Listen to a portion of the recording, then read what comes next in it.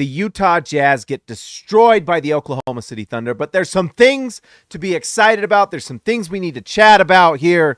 Let's talk about it. It's the Hoops Nerd Show.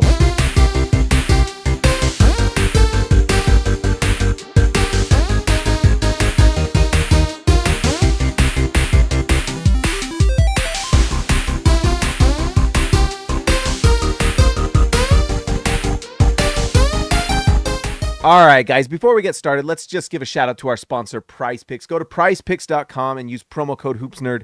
They will match up to $100. Tonight, guys, Keyonte George had 30 points. It's his first 30-point game. If you're betting the over on Keyonte George, you're going to do well a lot of the time for the rest of the season. I know I'm doing well, so go do it. It's free money. You put $5 down, they will give you $5. It's free. It's on me.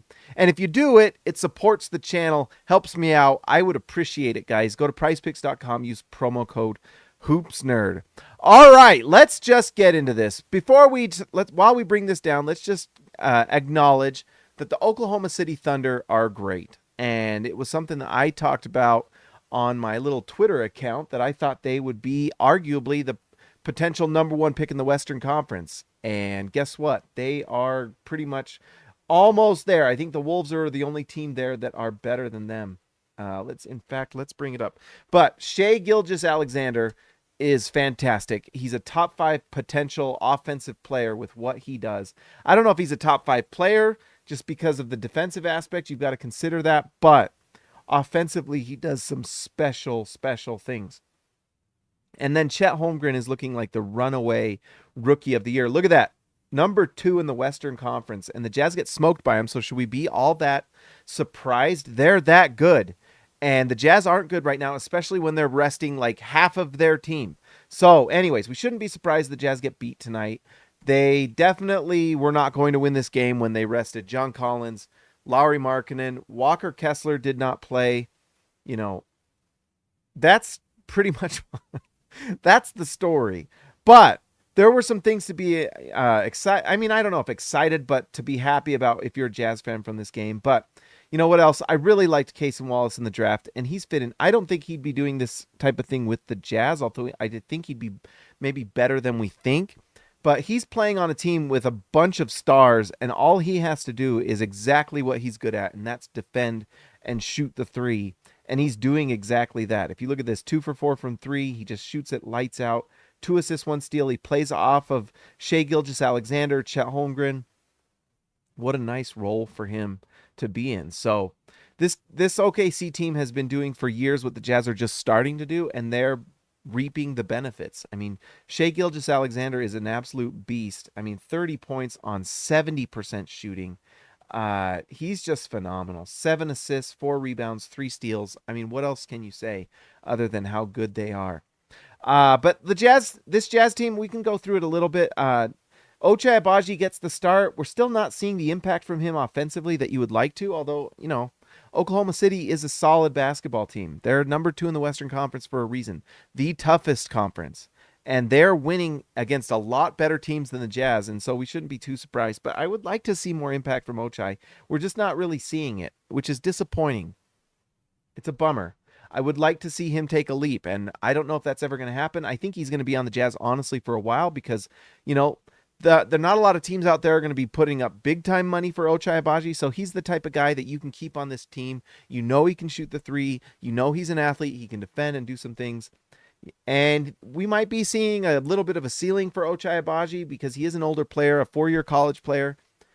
You know, at a certain point, he might be what he is, but that's an athlete that can shoot the three and defend. And if he's playing off of a really good player, I imagine his numbers get a little better. Like what Ochai Agbaji is doing is pretty similar to what Cason Wallace is doing, although Cason Wallace is shooting the three better. So, you know, Cason Wallace already better than Ochai Agbaji.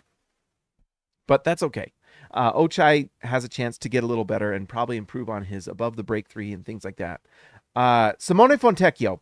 By the way, this was the starting unit for the Utah Jazz tonight against the number 2 Western Conference Oklahoma City Thunder. And did anyone expect anything other than what happened tonight to happen?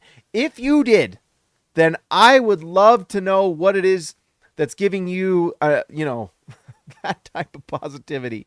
But Simone Fontecchio, Kelly Olynyk, Ochai Agbaji, rookie Keyonte George, and Jordan Clarkson were the starters tonight. So if you expected a lot different than tonight, then I don't know what to tell you. But we're going to analyze it anyway. And then we're going to talk about the overall direction of the Jazz and what's going on, because it's pretty clear. Simone Fontecchio goes 7 for 11 tonight, and he had 4 blocked shots. I actually really like what I've seen from Simone Fontecchio.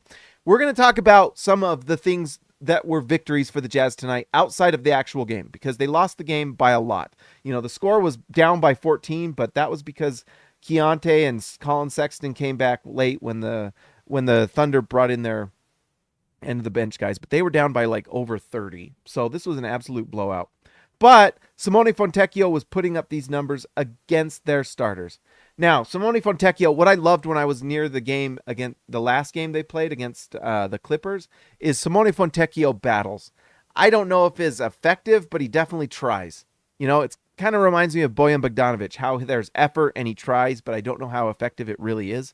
Kind of like a lot of the defenders on the Jazz, I think they do try, but they're just not impacting them they're just not impacting shots very well. They're not really getting in jerseys enough to stop the shot. They're not impact defenders, but they do try. And Simone Fontecchio, if there is a bright spot, he's looking like a solid bench player for a good team. If he's starting for you, that's probably an issue. But as a bench player, not too bad. Or at worst, end the bench, but a guy you definitely like having on your team. I think the Jazz will likely keep him on the team on a reasonable contract. If someone else wants to give big money to Simone Fontecchio, I don't think the Jazz are going to cry or lose some sleep over that. Kelly Olynyk started at center for the Jazz. Not a defensive player, but he can do some things offensively that are good. But tonight, offensively, it wasn't working. 3 assists, 6 rebounds is nice, but he scores 2 points and doesn't hit his threes. Sorry, guys. And so, you know, that's frustrating if you're a Jazz fan, but that it is what it is. Kelly Olynyk was on the Detroit Pistons before when they were trying to lose games. Now he's starting for the Jazz. He has really good nights, and then he'll have nights like tonight.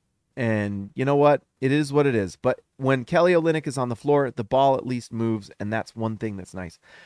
I think let's talk about Jordan Clarkson before we talk about Keyonte George. Jordan Clarkson is having the worst season of his career. You know, I know some people on Twitter are frustrated with how the season is going. The season's not playing well. Well, one of the major reasons why the Jazz are losing is because Jordan Clarkson is having an absolutely horrible season. I don't know if this accounts for tonight's numbers, but look at this, 29%. He is having literally his worst three-point shooting of his career. He's not even in the 30% range now with his shooting from three. And he's taking 5.5 a game, although that's going down because he's getting pulled. Field goal percentage, 39%. That is the worst of his career by 2 percentage points from the first year he was with the Jazz, where he won Sixth Man of the Year. And everyone was losing their minds. And people were dunking on me for how much I didn't love the trade. Well, guess what? He shot 41%, but he from the field, which was his second worst career. Now he's having his worst field goal percentage of his career. He's not even in the 40% range from field goal percentage. And he is playing major minutes starting. It's going poorly. Gabriel Bodley, welcome to Rookie Man. On a night like tonight, we got a new rookie in the house. Guess what? The Jazz are going to get a lot of rookies. And Gabriel is one of them to the Hoops Nerd channel, baby. Welcome, Gabriel. I love it. I don't know if you go by Gabriel or Gabe, whichever, but welcome. Everyone in the chat, welcome Gabe. All the members, welcome Gabe. Fantastic. But anyways, this is a major reason why the Jazz are losing, is Jordan Clarkson is playing at such a horrible and awful level that it is not possible for the Jazz to overcome. And the thing that's worse about this is that he is a terrible no nickname. He's got to be, if you want a nickname and you want producer credit on this show, you got to be all-star. But he doesn't play defense either. So not only are you getting putrid, horrible, stinky, awful production on offense, you are getting the same on defense. And he is taking 30 minutes a night to give you that. I don't know what you do to improve on that, but there's not a lot you can do, especially considering that the Jazz do not have any other guards on this team that can facilitate. Jordan Clarkson's the second best facilitator on the team. Tonight, Jordan Clarkson had 5 assists.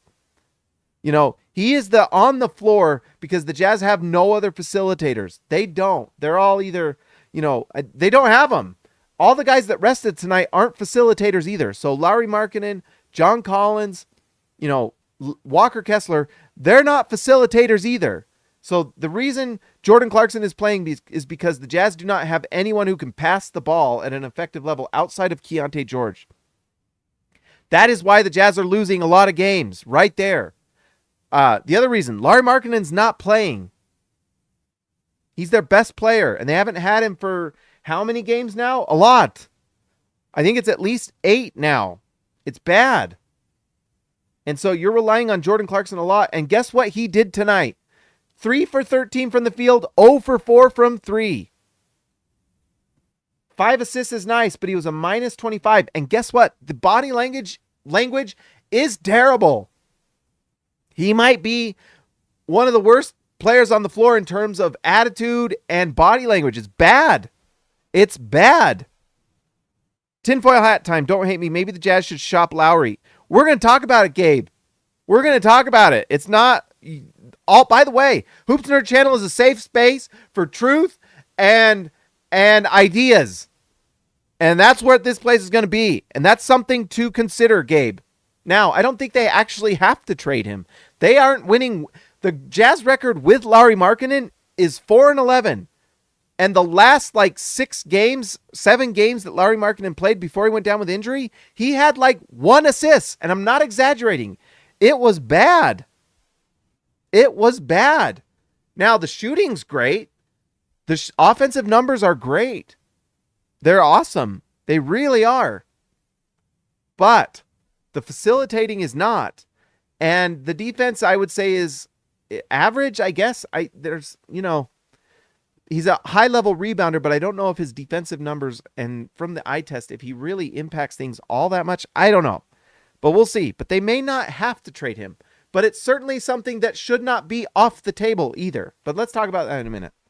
Okay. I don't know how to word this correctly and in what order or whatnot. We've kind of talked. I actually have to say, before we talk about Keyonte George as well, Colin Sexton has turned things around a little bit. And one thing you can appreciate from Sexton, that I do at least, is that guy plays hard no matter what. The Jazz are down 30. Colin Sexton comes in. He does not care. He's going to play 100 miles an hour. And I appreciate that about Colin Sexton. And by the way, tonight, and I know this is numbers against kind of second unit guys, but 7 for 13 from the field, 83% from the free throw line, 4 rebounds, 2 assists.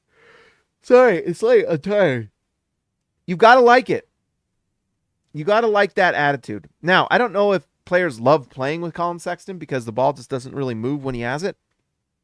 But he does bring the energy and attitude you want. And I think there is some element of that that's good. And I do think that he is playing more within the system and looking like someone that, his role in the future is a sixth man. That's just what he's good at. And that's what he is.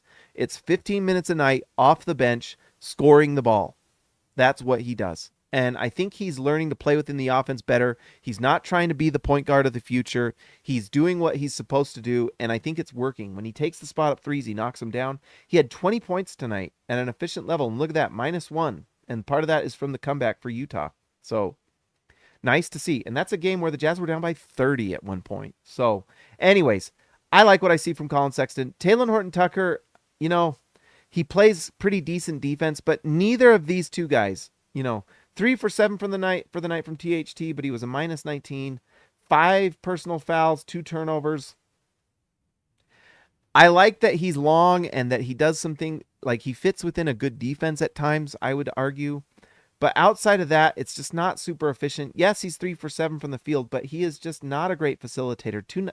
Two assists tonight, but the assists from Colin Sexton and THT are just not, they're not like meaningful assists. They're very empty calories. It's not the type of play that's really creating gravity and opening things up for good shooters.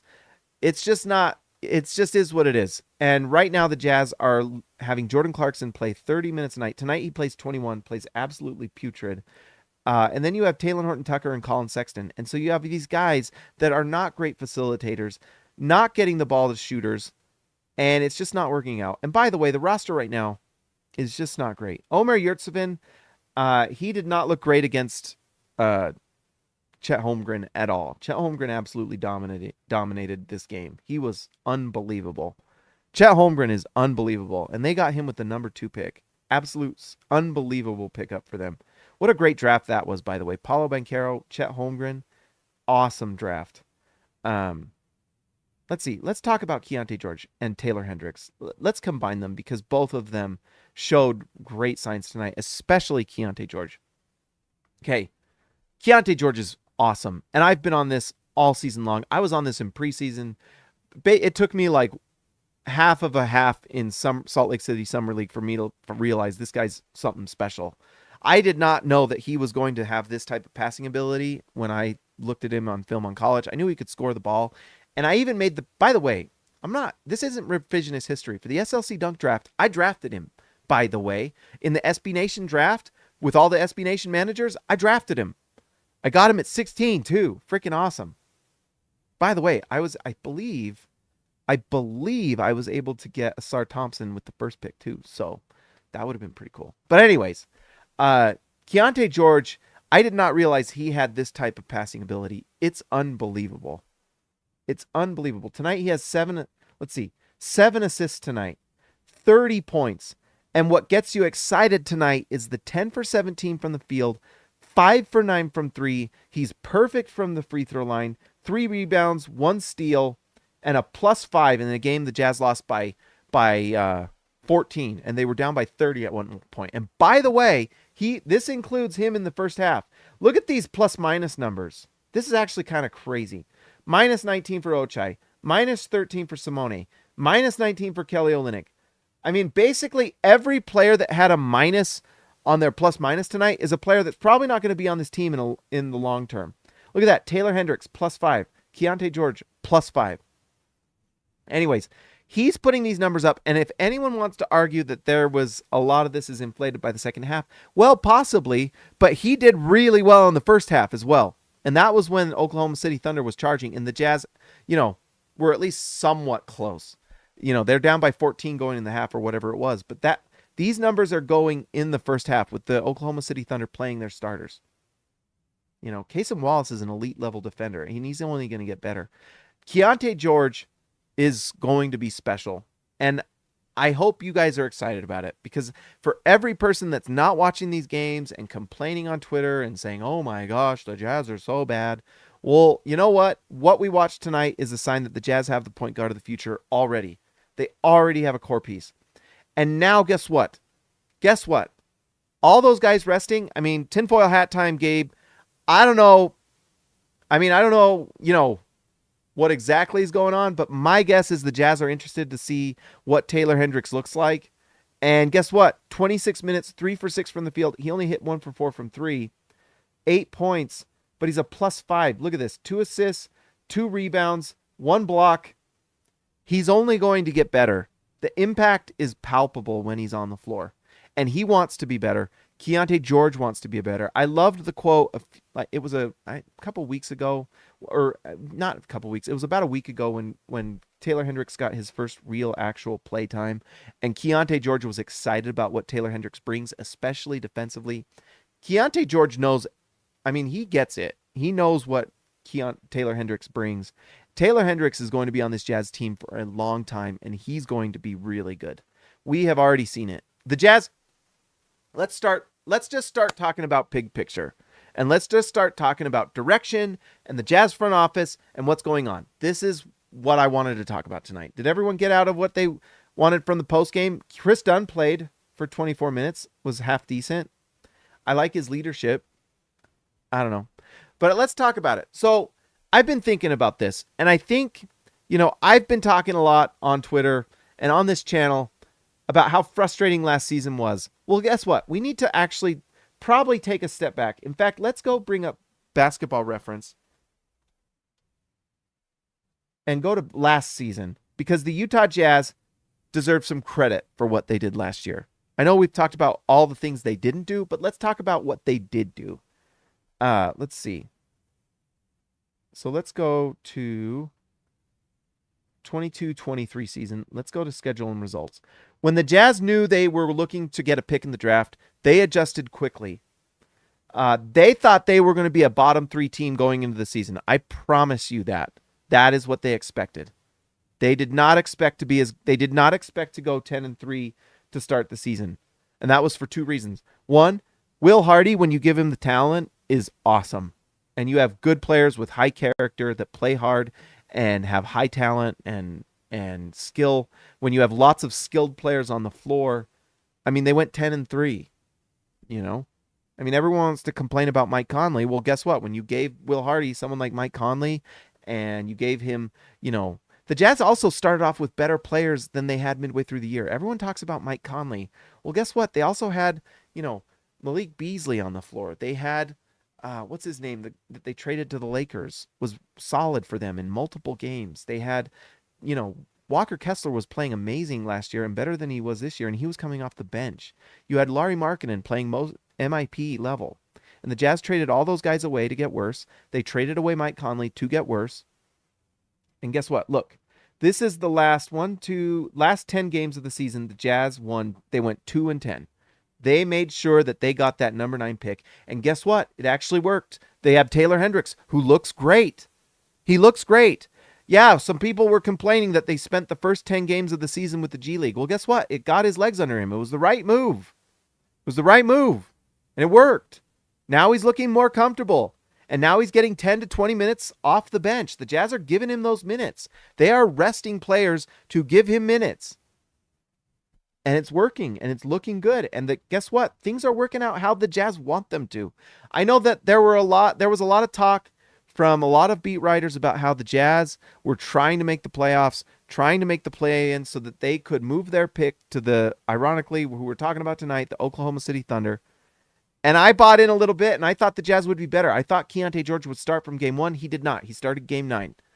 And we saw some of the most putrid starting units with Sexton and THT. Horrible. Jordan Clarkson has been playing horrible all season except for like 1 or 2 games. Otherwise, it's been bad. And because of that, the Jazz have been terrible. Lauri Markkanen's been resting half this game this season, by the way. So when you're not even playing your best player and you don't, I don't know why we expected anything different. Myself, I learned a lot. Anyways, the Jazz do this, and it gets them the number 9 pick, which is Taylor Hendricks, who looks awesome. He is looking like a playoff caliber player that will both knock down threes, hit shots inside for them on offense, and then on defense, he's looking like an absolute game changer. He's going to be an all-defensive player, potential first-team all-defense player. Awesome. Awesome, awesome, awesome. And so we need to give credit for what they did do. And here's the thing. They start the season. Look at this. This is the box score against the Denver Nuggets, the game they won. Remember when all of us were... they beat the Nuggets by 21 to start the season last year. They boat raced them. It was unbelievable. And look who the starting unit was. Why were we that surprised? They were pretty decent. Lauri Markkanen, Mike Conley, Jordan Clarkson, Jared Vanderbilt, Kelly Olynyk. This was the starting unit last year. I know everyone hated Rudy Gay. Well, guess what? He played a high-level defense for them off the bench. Malik Beasley, Walker Kessler, who got 3rd in Rookie of the Year voting. Colin Sexton came off the bench. And then we were only playing Taylor Horton-Tucker 13 minutes. And there you go, 1 for 6. Nickeil Alexander-Walker didn't even play. And he's playing at a pretty high level for the Minnesota Timberwolves. So anyways, they do that. They go, let's go to next game. They beat the Minnesota Timberwolves. They start 2-0. I believe the Jazz started 3-0. Look at this. Jared Vanderbilt was so good for Utah actually last year. Look at this. 14 rebounds for Jared Vanderbilt in this game. 4 assists, 4 steals, a +12. They beat the Minnesota Timberwolves. Rudy Gobert was a -9. All right, so things have been a little different than last year. The Wolves finally turned into what they were expecting to be last year, this year, and the Jazz did too. They turned into what we expected last year, this year. But guess what? We shouldn't have been that surprised with the Jazz playing high-level starters. Lauri Markkanen, we did not know he was going to be this good, but he was the most improved player, and he's getting 13 rebounds, 24 points. I mean, holy smokes. This was a solid team. And we did not know that Lauri Markkanen was going to be that good. No one did. No one did. And I doubt the Jazz did. But guess what? He turned in the most improved player, and they won a lot of games. They went 10-3 to start the year. And the Jazz had to dismantle it because they knew for the long-term plan that they have, that they are doing right now, we are watching it, they had to dismantle the team. But guess what? Danny Ainge is a good GM. He's not like Dennis Lindsey. He's nowhere near that putrid. Because guess what? You know the reason why we're worried about what pick the Jazz have this year or whatever is because Dennis Lindsey made a terrible pickup getting Derek Favors for like $10 million when no one else was going to give him even near that. And then when they were still trying to compete, they had to trade him. And the only team that would be willing to do it had to take a first-round pick. We were lucky that it was top 10 protected. And so they trade that. Now we're still dealing with that horrible trade. Right now. Danny Ainge was not going to do that. By the way, we don't even need to get into the fact about drafting Udoka Azubuike and all that. We could have had Jaden McDaniels. Let alone Desmond Bane. All right? But anyways, they don't make a bad trade last year. Sorry, that's the truth. Everyone wants to talk about the Mike Conley trade. Well, guess what? They tried to trade him to the Lakers for the first half of the year, and the Lakers were morons. They're stupid. They wanted D'Angelo Russell. That's what they wanted. So the Jazz helped facilitate it. They were working with the Lakers all year last year to make that trade happen.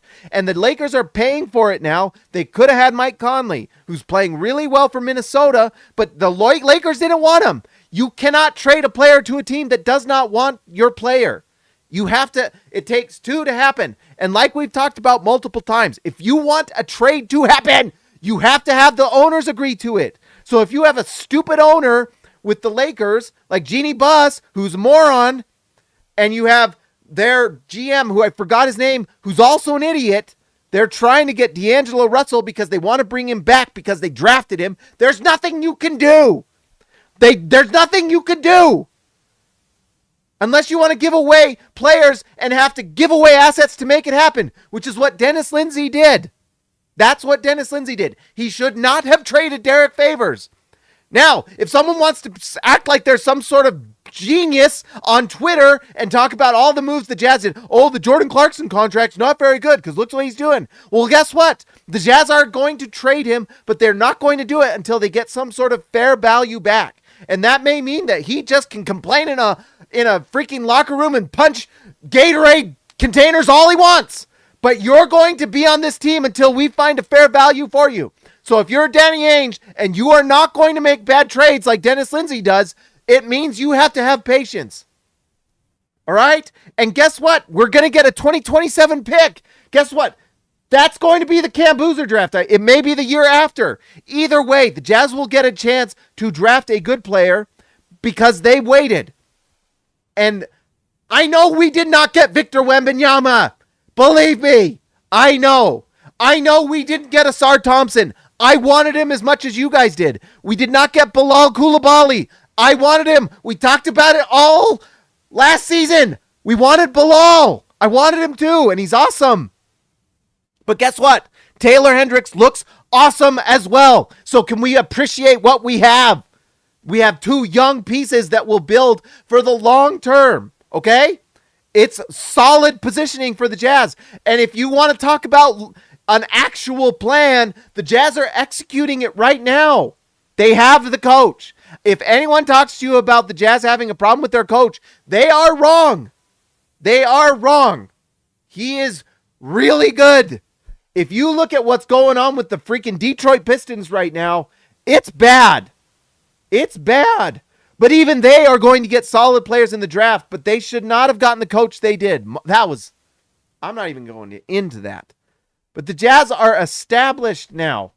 They may not even have to trade Lauri Markkanen. We're going to talk about it. But they're 4-11 with him. So they're going to get a solid pick in this draft. And we got to stop complaining about this draft, guys, because it's actually pretty solid. And the Jazz are okay with it. By the way, so let's just talk about it. Look who rested tonight. The Jazz did not play. Lauri Markkanen, off the top of my head, Lauri Markkanen did not play. John Collins did not play. Walker Kessler did not play. That's your 3 starters. The Jazz are resting players to give a chance to develop their young talent. We're in development phase. I mean, Lauri Markkanen's going to come back, and it's going to make the Jazz better overall, but they're not going to win a lot more games. We're losing games by 30 right now. So, Lauri Markkanen's going to come back, but if you're expecting the Jazz to win, you're incorrect because the Jazz don't expect to. Here is the standings right now. Here's our offensive rating, which, by the way, was hovering around 13 with Lauri Markkanen. Now the Jazz are at 26. And defensive rating, the Jazz are 26. So that's our number, 26. Offense, we're 26. Defense, we're 26. We're 5th in those rankings, and that's about where we stand in the lottery. That's where they're at. And if you bring Lauri Markkanen back, maybe you stand to go up a rank or 2, but that's not going to happen because the Jazz are looking to develop players. We are already seeing them do now what they did at this time last year. Let's go back. So what we saw the Jazz doing now, they are just continuing it. They are just continuing what they started here. Look at this. You can almost pinpoint it. Right there. That's the timeline. Okay? So if you're saying the Jazz don't have a plan, or if you're saying what are the Jazz doing, what I would argue is exactly what their plan is. And that is to build from the ground up young talent that will improve. And they are trying to get that guy. Because I don't care what anyone says. You do not get to the title. You do not get a banner on your ceiling unless you have a top 5 guy, more likely an MVP. Okay? Who won the championship last year? The Denver Nuggets. What did they have? The MVP. All right? The year before, the Milwaukee Bucks. Was it the Milwaukee Bucks? I can't remember. Who was on their team? Best player on their team. Who was it? Giannis Antetokounmpo, MVP. The team before, the Lakers, win the title. Who's on that team? LeBron James, okay? Just go back and look at it. You can look at all of them. The Toronto Raptors title. If you want to compare the Jazz to the Toronto Raptors, and I've seen some people, they keep talking about Luka Doncic. Why is this pizza behind my head? Let's close that. You have Kawhi Leonard, who was playing MVP level. It's just how it is. Do you want a title or not? Do you want a banner or not? Do you want a ring or not? What do you want? What do you want? I feel like Ryan Gosling in The Letter. What was that movie called? What do you want? Do you want a title or not? Because you are not having Giannis Antetokounmpo choose the Utah Jazz in free agency. Okay? It's not happening. It's not happening. And just like Boston, that's not happening. And I guess Boston got Gordon Hayward and we're lucky enough to get Al Horford, but that was after drafting Jason Tatum in the draft. If you want to win a title, then you need to get that guy in the draft. And the Jazz have already hit on 2 guys. Now, I don't think Keyonte George is a top 5 caliber guy down the road, but I certainly think he's a top 30 guy. And Taylor Hendricks, we'll see, but he's certainly looking like an elite level starter on a really good team. This is just the plan, okay? And I drank the Kool-Aid too. I listened to the reporters. I listened to the Twitter live that everyone says the Jazz want to win and they're trying to win for Lauri Markkanen. Well, guess what? What is actually happening is what we're seeing. What you're seeing is what is happening. So when they rest players, they are actually executing a plan, and this is an actual plan that can lead to a title. Now, is there risk with this plan? Sure. There There's teams like the Detroit Pistons. There's teams like the San Antonio Spurs that are losing a lot of games right now. But I tell you what, the San Antonio Spurs are pretty happy with where they're at. Why? Because they got that guy. They got that guy. You know who's happy with their plan right now? The Oklahoma City Thunder. Why? Because Chet Holmgren's looking like that guy. He's certainly playing at a high level, and honestly, playing at the same level of Victor Wembanyama. But guess what? They only got him because they got the number 2 pick. That's how they got him. How did the Spurs get Wembanyama? The number 1. Yes, can you sometimes get a guy like Karl Malone later in the draft? Sure, but that's because there's some intel from things that were going on that you were willing to put up with. Okay? Key himself, $2. We were wrong about Rudy. It was Don the whole time. You know, we have rehashed that in so many ways. But I do think, like I've said, and I've said this before, Rudy raised the floor, Donovan was the ceiling, and you needed Donovan to be the point guard and to be the facilitator, and it didn't happen, and that's okay. Some of that was the Jazz decided that they needed Mike Conley too, he was good, but also that made your backcourt really small, and that gave you a lot of problems. I don't know. It's hard to overcome when both of your guards are like 6 feet tall. Okay? It's really hard to play defense. Yes, you have the best rim protector in the game, but you know why the Wolves are really good? Is because Anthony Edwards is like 6'6" and an absolute beast on defense at the 2, right?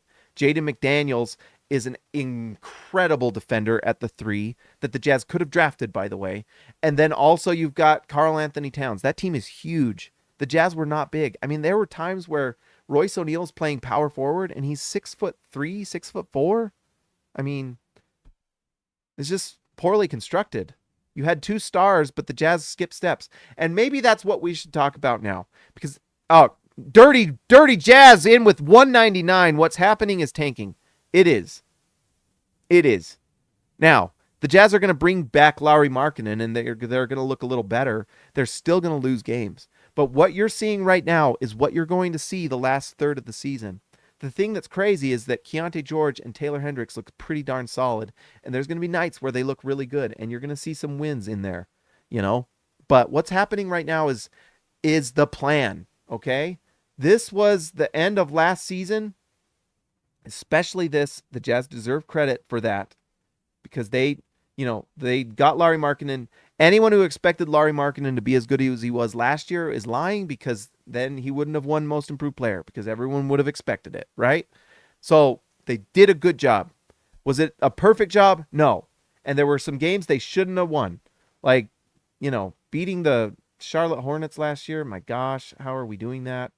I don't know. Well, beating teams like... It was like the Sacramento Kings win and the Boston Celtics win. Those wins were so frustrating. This is the plan. And guess what? This leads you to a title. And if there are fans that they're happy with mediocrity, if you're happy with losing the first round every year, it's going to be a tough couple years. But this is the thing that all these teams have done. You go through the draft until you get that guy, and then that guy transforms your team. He just does. It's what happens. It's why Oklahoma City rested Shai Gilgeous-Alexander so many games. Go look at the basketball reference. He was resting a lot, and now he's playing, and, Shai Gilgeous-Alexander is a better player than Lauri Markkanen, so that brings up some conversations about that. But what the Jazz are doing is what OKC did, because you need talent. And if you're in a small market like Oklahoma City, who, by the way, is actually the smallest market, or you're a team like the Jazz, where OKC and Utah are not getting free agents. You're just not. If you think you are, sorry, that ain't happening. The best free agency signing for the Jazz in their team history is like Carlos Boozer and Bojan Bogdanovic. Those are like the home runs. Boozer is like arguably the biggest home run ever in free agency. Probably. I don't think that's even debatable. Unless there's someone else I'm forgetting, let me know in the comments. But that's like the caliber of guy. You're not getting LeBron. Those aren't the guys you're getting. You're getting like a secondary player, maybe, if you're lucky. But if you're the Jazz or you're the Thunder, You're building through the draft. And the Jazz it's kind of crazy how similar the OKC build is with the Jazz build. They make a monster trade. They trade Paul George to the Los Angeles Clippers. They get Shai Gilgeous-Alexander, who develops into this awesome player that he is now. But they rest him multiple seasons so they can get good picks. Why? Because they need more talent. And they got that in Chet Holmgren. They really hit in Jalen Williams. You know, they've done pretty well with Giddey, although we're not even going to dive into that. And he's not even developing. Teams aren't even guarding him anymore. Anyways, they did it through the draft. And that's what the Jazz are doing. And we're seeing them rest players. So if you want to know what the Jazz are doing, well, look at what OKC is doing. Would you like to have if you're an OKC fan right now, you're pretty happy, right? Pretty good team. Number 2 in the Western Conference, and they're only going to get better. Chet Holmgren looks like the truth, my dudes. Key himself, $2 more. Thank you, my friend. How would Holland fit with the Jazz? Hardy hot seat. No, the hot seat for Hardy is not. Absolutely not. When Jordan Clarkson's shooting 3 for 13 from the field, 0 for 4 from 3, and you have to play THT and Colin Sexton, and those are your best options for backup guards, I mean, I don't care if Red Auerbach steps on the floor. You're not winning a lot of games with that. Omer Yurtseven's starting for you a lot of the games this year. Sorry, you're not winning a lot. You know? Now, you could argue the Jazz did try to win this year, and you could. I mean, they did put out offers for Dame and for Drew Holiday, but they put out low offers. They were not going to give up big-time assets for those guys because the Jazz knew this team wasn't going to be very good this year. They knew it. We should have read the tea leaves. In fact, I learned my lesson. I'm reading the tea leaves more and more. Although I thought Keyonte George would be this good, I just didn't know that they would take this long to start him. And I didn't know Lauri Markkanen was not going to play. And I didn't know Walker Kessler would get Monstarred in USA basketball. You know, those were things I did not expect.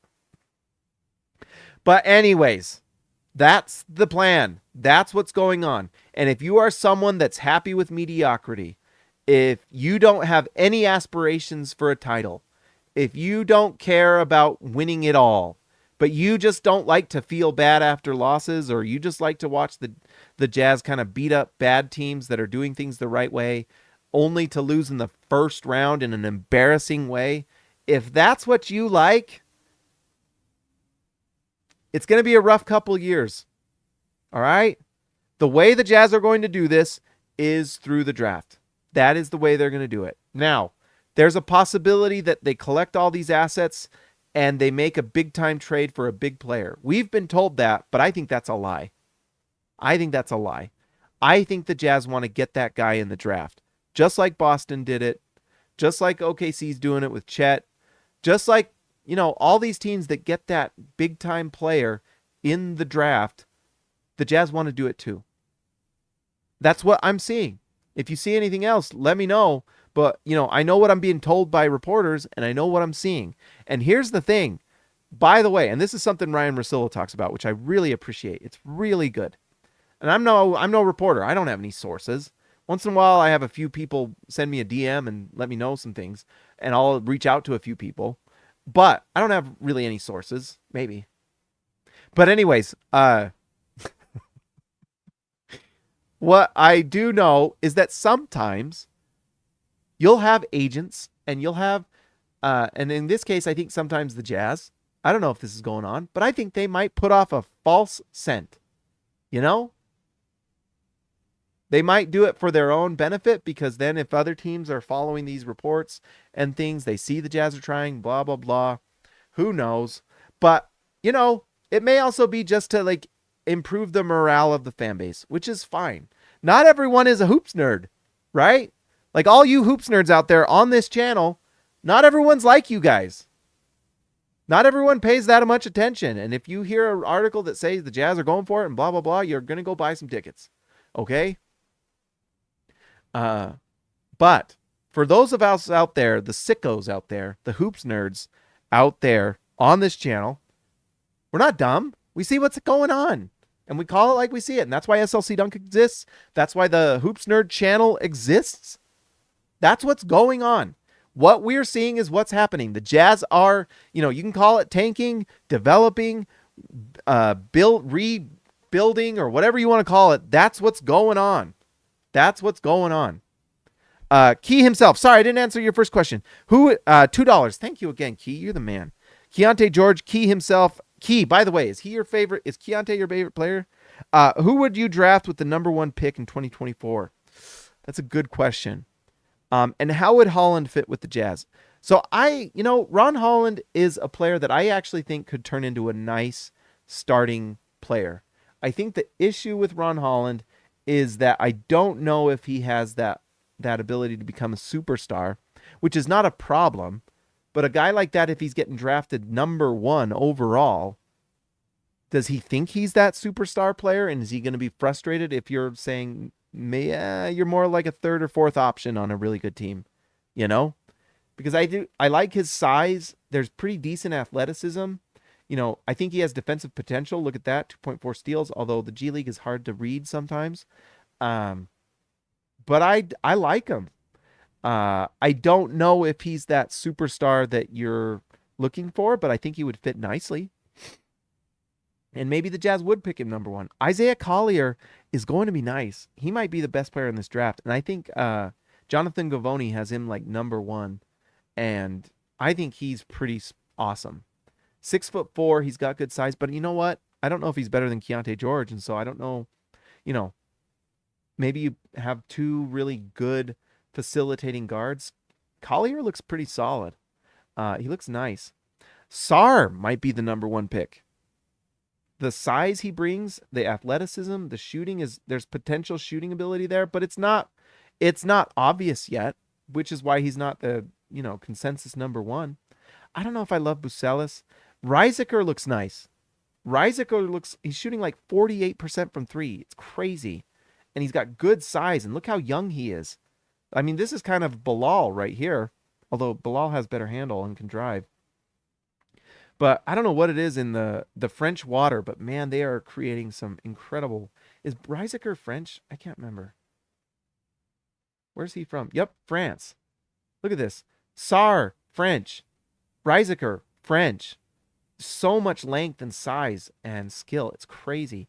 And that, who I really like? This is the guy we're on like a side note here. I love Stephon Castle. I actually would love to see him next to Keyonte. This guy looks awesome to me. He's got something to him that I really like.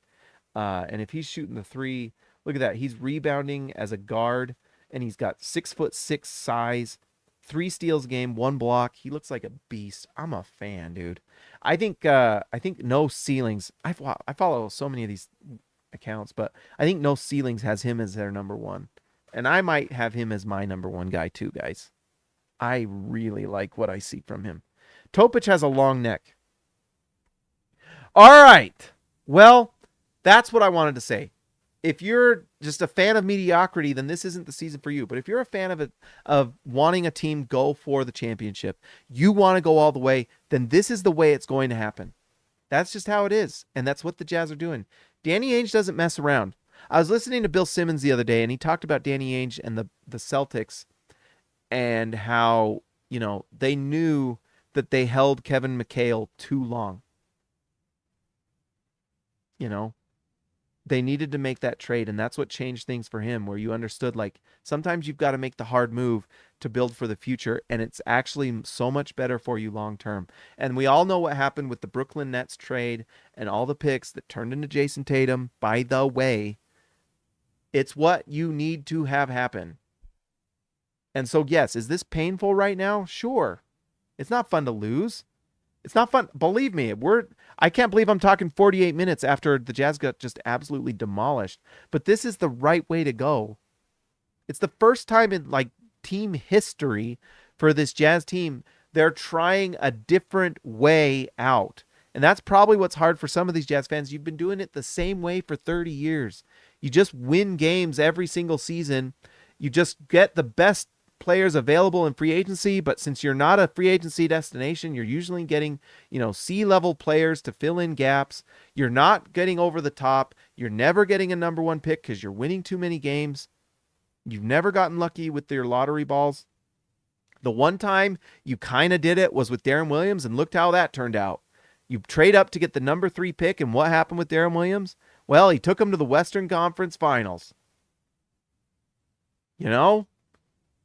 I mean, have we not learned our lesson? 2 things. The only time the Jazz have ever been to the finals was with an MVP and Karl Malone. You know, they got lucky. Like a lot of these teams that got their picks in like the 10 to 15 range that turned into something special, it happened with the Jazz. And what happened? They go to the championship, but they needed 2 stars to do it. And they got lucky twice and got John Stockton, right? And that was the core. And the Jazz need 2 stars like that. 2 all-NBA players is what they want to get. You're not getting them in the draft. Or no, you're not getting them in free agency. You're getting them in the draft. Let's make that clear. That's the only way. That's the only place you're getting them. Possibly through trade. But you can't trade for 2 stars and expect to have a team to fill the gaps between them. If you're trading for a superstar like Luka Doncic, if you want to win a title, you have to have a second one. And so for all the people that want Luka Doncic, well, the Jazz aren't ready for it yet. They're not. To do the assets that, to get someone like that, do you know how many assets it would take to get Luka Doncic? Are you kidding me? It's not happening. A lot of people who want Luka Doncic, sorry, it's not happening. You're going to be really disappointed when he goes to the Lakers in 2 years, all right? Sorry. For those of us old enough to know how these things work, a lot of these young Jazz fans have not been hurt like some of us older Jazz fans. But one thing we can unite about is that this Jazz team is doing things differently than they have in the past. Nothing has worked in the past except for the Karl Malone pick and John Stockton. They went to the finals. Sadly, they went against the best player of all time in Michael Jordan. And with Darren Williams, they did it once. They got the number 3 pick, but they didn't have enough around him to get to the top. You know, they needed that other guy, or they needed that MVP caliber player. But they get the number 3 pick, and it was good enough to get them to the Western Conference Finals, which is the best the Jazz have done since Karl Malone. Ever since then, that's the best that's happened. Everyone who cries and whines about the Donovan Mitchell and Rudy Gobert era, they never got past the second round. I mean, you know, it was a fun team. They were pretty good, but they had fatal flaws, you know, where they beat the Oklahoma City Thunder in Donovan's rookie year. Well, they had Ricky Rubio who couldn't shoot the ball. And yeah, he had a triple-double against Russell Westbrook, who lost his mind. But then they got promptly destroyed in the next round by Houston. They were not good enough. And the Jazz never had enough talent around them, nor did they build around them correctly to get to the top. Nor were Donovan Mitchell and Rudy Gobert MVPs. Yes, they were great players, all NBA caliber, but they were not, it wasn't enough. And so that's why they made the move. And guess what? Now they have the pathway to get there, but it's not going to be easy. It's not going to be easy. And you know what? I think this Jazz team is going to trade a lot of guys this trade deadline. We're going to see more picks, even more. So if the Jazz can get Cooper Flagg, and that's who they're going for. I mean, let's just be honest. That's who they want. It's Cooper Flagg. We're playing capture the flag, baby. I hope you're on board. But that's the type of guy they want. And that's the type of guy Danny Ainge wants. That's the mold. In fact, someone else put it really well. I can't remember who said it, but it was a really good thought. But the mold is 2 elite level wings. Michael Jordan, Scottie Pippen. Okay? Unless you have another dominant player, Kobe Bryant, Shaquille O'Neal, you know, you need at least one dominant wing. You just do. Kawhi Leonard, LeBron James, Giannis Antetokounmpo. I guess Jokic is different, but he runs the offense. Key himself, another $2. Key, you're the man. Why didn't Humphreys and Deshaun work out in Utah? I don't know. Are we talking about Humphreys when he was on Keeping Up with Kardashians? It's Kim's fault, okay? It's Kim's fault. I blame Kim Kardashian for my problems and my sadness, okay? I'm a broken man because of Kim Kardashian. And Deshaun Stevenson siding with freaking, what's his bucket? I forgot his name, who made John Stockton retire a year early. The loser. I don't know. Not great. There have been rough times in Jazzland, but This is the pathway, okay? Finally, we've gone 54 minutes. Let's go an hour. I don't care. Should the Jazz trade Lauri Markkanen? Well, you've got to look at two things. Do you think Lauri Markkanen fits the timeline? Well, I actually think he kind of does. You know, Lauri Markkanen, how old is Lauri Markkanen?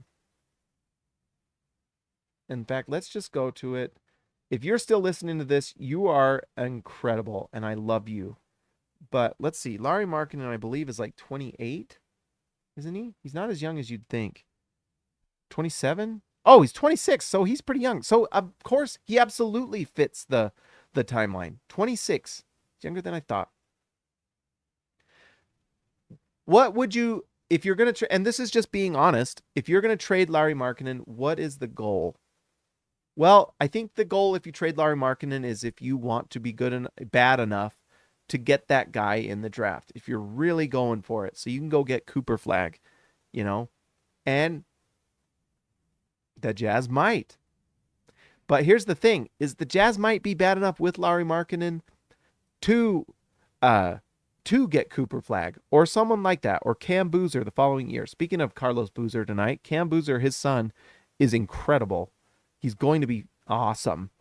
It would be really fun to have another Boozer.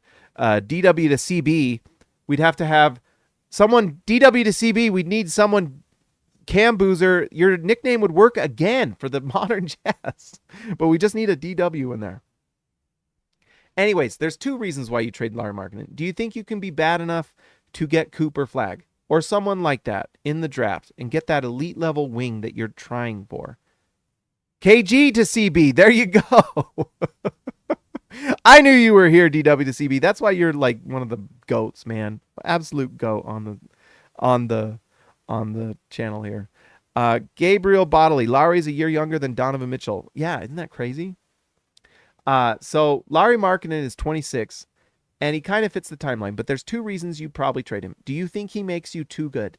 Are you afraid of having a season like last year where you end up with the 9th pick when you want to get a top 3 pick, right? That's one reason you might do it. And if that's the plan, and it certainly seems like the Jazz are on that route to trying to get like that top 5 pick, not only this year, but the next, with development, it'll be fun. We'll be here. I'll be here. Don't worry. That's one reason. The other reason, and this is the reason a lot of the beat writers are talking about, and we hear them talking about on Twitter Live and writing about it and all these different things. And, you know, I kind of believe it a little bit because I did think the Jazz wanted multiple chances at good players next year, which, by the way, good draft. Cooper Flag, baby. You know, they wanted multiple shots at it. But the question is, it's late. The second reason is, do you think Lauri Markkanen's going to leave for nothing? Right? I personally don't think so. But I don't know. I don't know what the Jazz know. I do know that he bought a house here in Utah. That's something. I know he has a wife and 2 kids. They have a family here. Families and players with families tend to really enjoy it here. There's more than just basketball to these guys. They have lives. They have families. They have kids in school. They don't like it. If you want to know what type of... Mike Conley did not want to leave this place. I can tell you that right now. He was 100% not happy about that trade. Go watch his wife's Instagram. She had a really interesting Instagram story where she came back to Utah. Remember when Minnesota came back? She, honestly, it was emotional. She was crying about it. Their family was established here. Their kids had friends here, had established lives at school. You know, they have lives here, and he may like it, you know, and he may be all in on the tank. So they may be saying things like they're going to try to win and blah, blah, blah. That may be a bunch of hooey, you know. Lauri Markkanen looks happy on the sideline to me. And guess what? If the Jazz have told Lauri Markkanen that they're giving him a supermax or a max or whatever they can give him, the most money they can.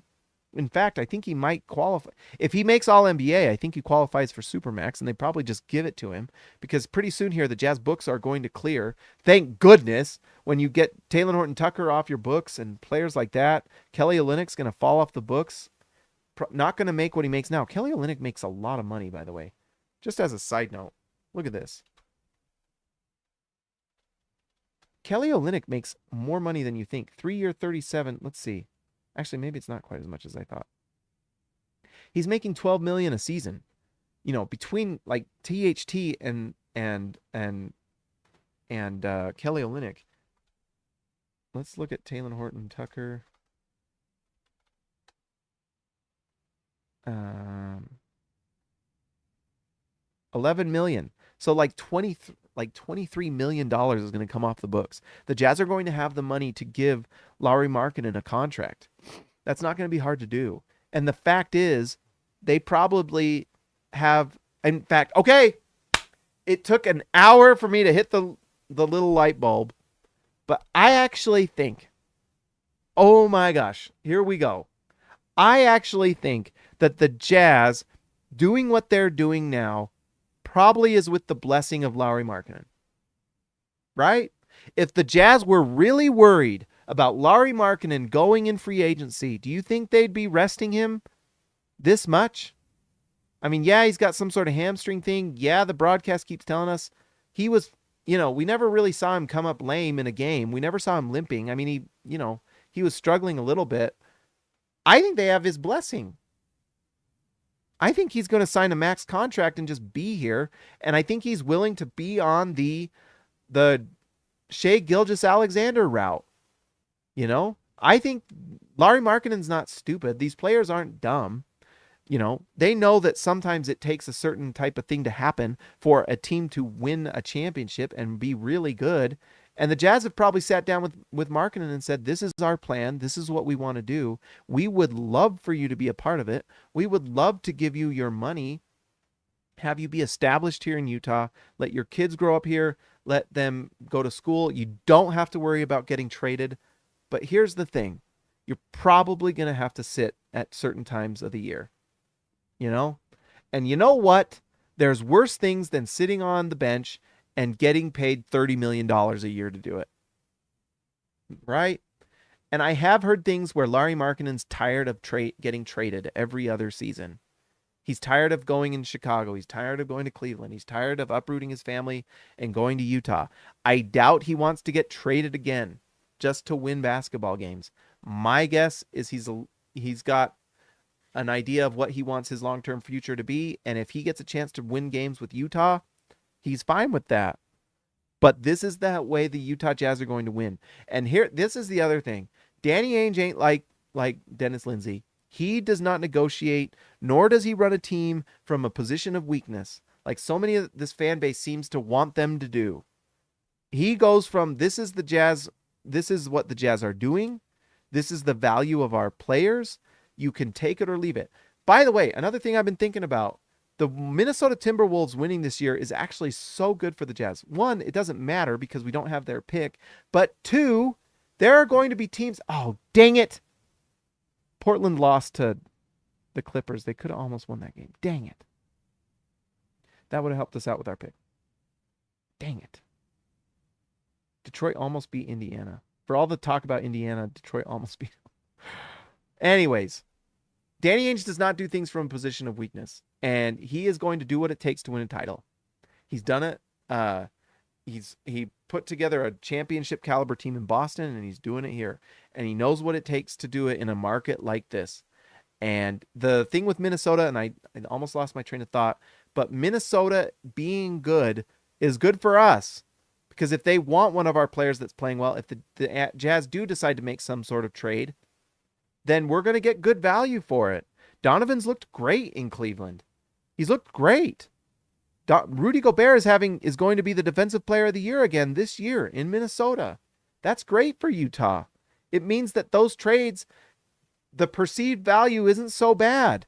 Everyone's talking about how the Jazz got this haul. Well, they did. It was awesome, but it was fair value because now Minnesota has a chance to go to the championship. They're a legitimately really good team. And so it looks good for Utah. Now, having said all that about Lauri Markkanen, if Danny Ainge gets an offer across the table, someone has something crazy. Let's say Orlando just goes nuts and they're like, we love Lauri Markkanen. We think he's the key to winning a title this year. We're ready to clear the deck and bring him on. the Jazz might think about it. They might. We'll see. But guess what? That's another example. Orlando. Paolo Banchero was the number 1 pick, and they also hit with Franz Wagner. Jalen Suggs is turning into the player I think a lot of people thought he might because of his defense. Freaking awesome. That's how they're doing it. Another market that players don't go to, built through the draft. All of a sudden, look at their defense. Orlando Magic, number 3. And how'd they do it? They built through the draft. In fact, look at that. Houston Rockets. Everyone talks about the Houston Rockets last season and made fun of them for how much they've lost. Well, guess what? They're the number 2 defense in the NBA. That's crazy. I did not know that. That's crazy. But it's nice when you have talent, right? Jabari Smith certainly looks pretty good.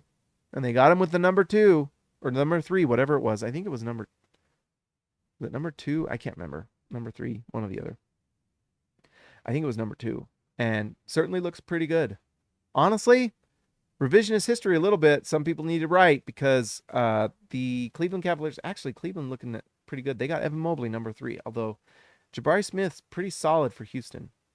Anyways, that's what I wanted to say. Yes, the Jazz are losing a lot of games. It's part of the plan.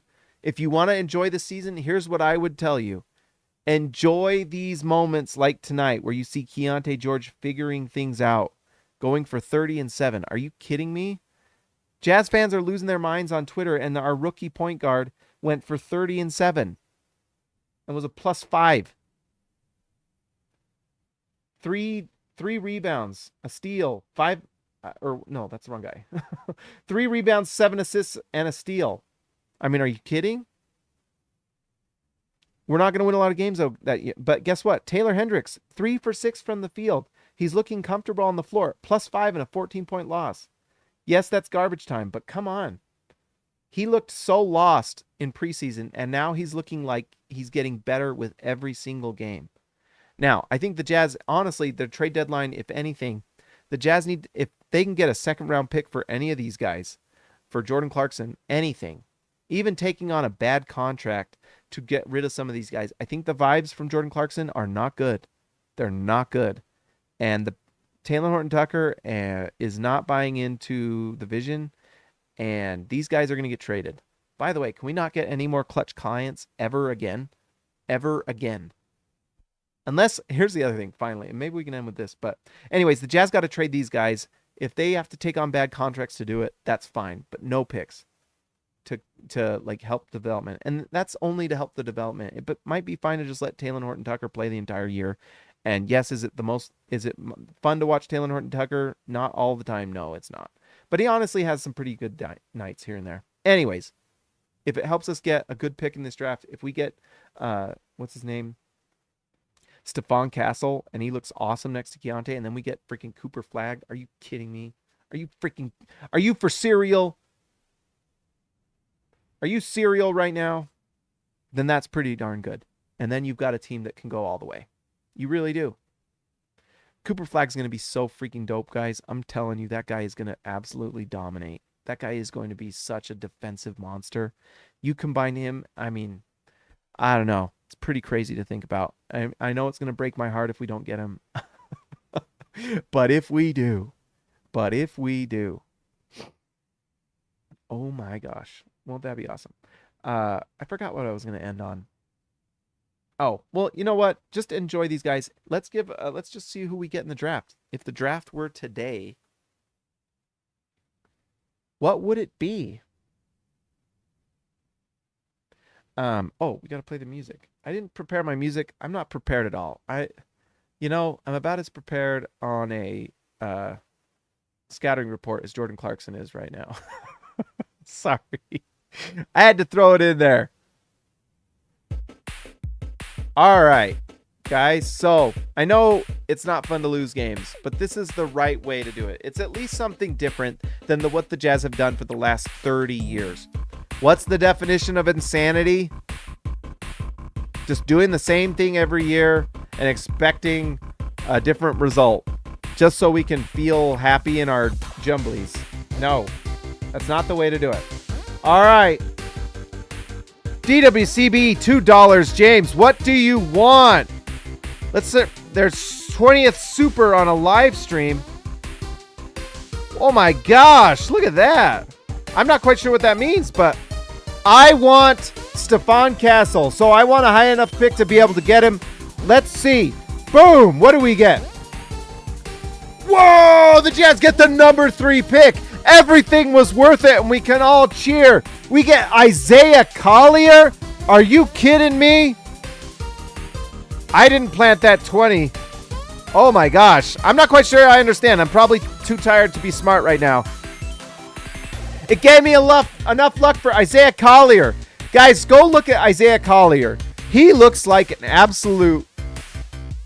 Like, he kind of reminds me of, like, if Marcus Smart had a better handle and was a better shooter, which makes him a pretty awesome player, right? That's kind of what Isaiah Collier looks like to me. Like, he's 205 pounds, but I think he's heavier. He looks so strong. Freaking awesome. How about that? But you know what? If I'm Danny Ainge and I think Stephon Castle's better, maybe he does like he did with Boston, trades back a couple spots, takes Jason Tatum, and lets another team give them picks, right? Maybe. He's done it before. If that doesn't tell you what Danny Ainge is willing to do, he's willing to make the tough choice. And that's what he did in that draft. All right, let's give a shout out to our All-Stars. I'm going to bring this up again to make sure I don't miss anybody. Guys, by the way, thank you for everyone who being our new member, Gabriel Bodley, everyone who donated tonight. You're incredible. Absolutely fantastic. All right, let's give a shout out to Christian House Money to Haas, Dirty Jazz Car Wash Channel, The Outlaw Jesse James Nelson, Joshua Hansen, the Danish Destroyer, Ryan Perry, the legend, Asikali Raisibe, the man from down under, Yes Jake C. Can, see ya, Alexa later, Built Ford Tough, Alexander Tufts, Jorge Arizaga, mi amigo de Abaco, Jordan the Goat Best Roll, TGD Total Game Domination, Tyson Price, The Price is Right, Austin R. Grant, Editor Extraordinaire, DWCB, Darren Williams, Carlos Boozer, perhaps KG to CB, and then Patrick Kukubo, the Connoisseur, and Robert Hall of Fame. Guys, if you haven't already, like and subscribe to the channel. We went an hour and 11 tonight on a 30-point loss. Are you kidding me?